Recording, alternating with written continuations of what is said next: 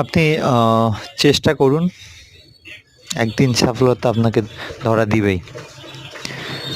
অজুহাত, বসে থাকা, শুধু স্বপ্ন দেখলেই সব হয় না। চেষ্টা চালিয়ে যান, আপনার গন্তব্যের দিকে আপনি দৌড়ান, ফোকাস দিন।